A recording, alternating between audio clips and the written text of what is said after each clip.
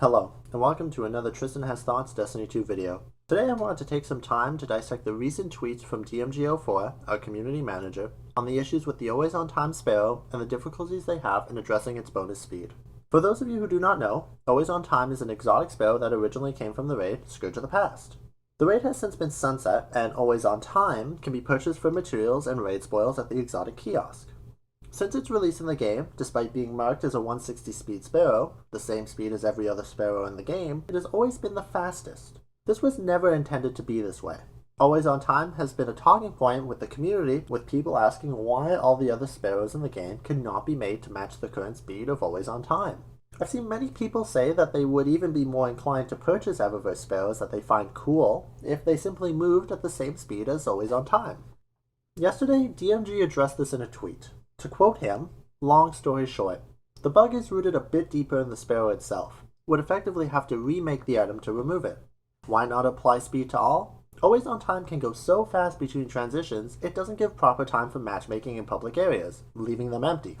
Here, DMG lays it out quite plain. Always On Time being faster than other sparrows was never intended, and if they plan to ever fix that, they would most likely need to fully remove the sparrow for a time. The most interesting part to me is the line about Always On Time moving players so quickly it causes loading and instancing issues. This I find a little hard to understand, and I wish we had some more clarification on this point. If someone is moving into a zone with Always On Time, but has no intent to stay in said zone, why would the game be trying to matchmake people into that instance? Wouldn't they simply be out of that instance and into the next before players are loaded in? Is the fear that a bunch of players will be loaded into instances that players have already been moved out of? Wouldn't not loading players into those instances be the best option, so you don't have a bunch of people put into single-man instances? Possibly they mean if someone is using Always On Time and loads into an instance, but intends to stay in that instance, the speed at which they move into it can cause issues with funneling players into that instance. What I struggle to understand here is I often find myself loading into already existing instances, even when using Always On Time. To be fair, I don't have all of the data, and I simply am just using my own personal experiences as data, which isn't great, but I don't think I've personally ever experienced issues with matchmaking when using Always On Time. I would love some more clarification on this part of the tweet, as I feel like it's the least clear, and I struggle to actually understand what the real issue is there. Later, DMG goes on to say, teams looked at data community-wide to check impact. Lots of folks still use other sparrows, and the speed differential isn't a big deal to most players. Understand the mindset how it feels to lose that speed. Team will continue to pass feedback along as we see it. This I generally believe to be true. A majority of players I see are not using Always On Time, and most likely use whatever sparrow they find the coolest. Arguably, the speed difference doesn't matter in 99% of content, and it's really only noticeable if you've recently swapped from Always On Time to another slower sparrow. The second line here gives me the impression that they are intending to just leave Always On Time as is and continue to create new sparrows that move at the intended speed. Porting Always On Time speed to every other sparrow would only benefit a few upper echelon players, and the dev time to implement it would make it worthless for a majority of the player base. I completely understand the sentiment, but I do think I have a suggestion for sparrows we could hope for in the future.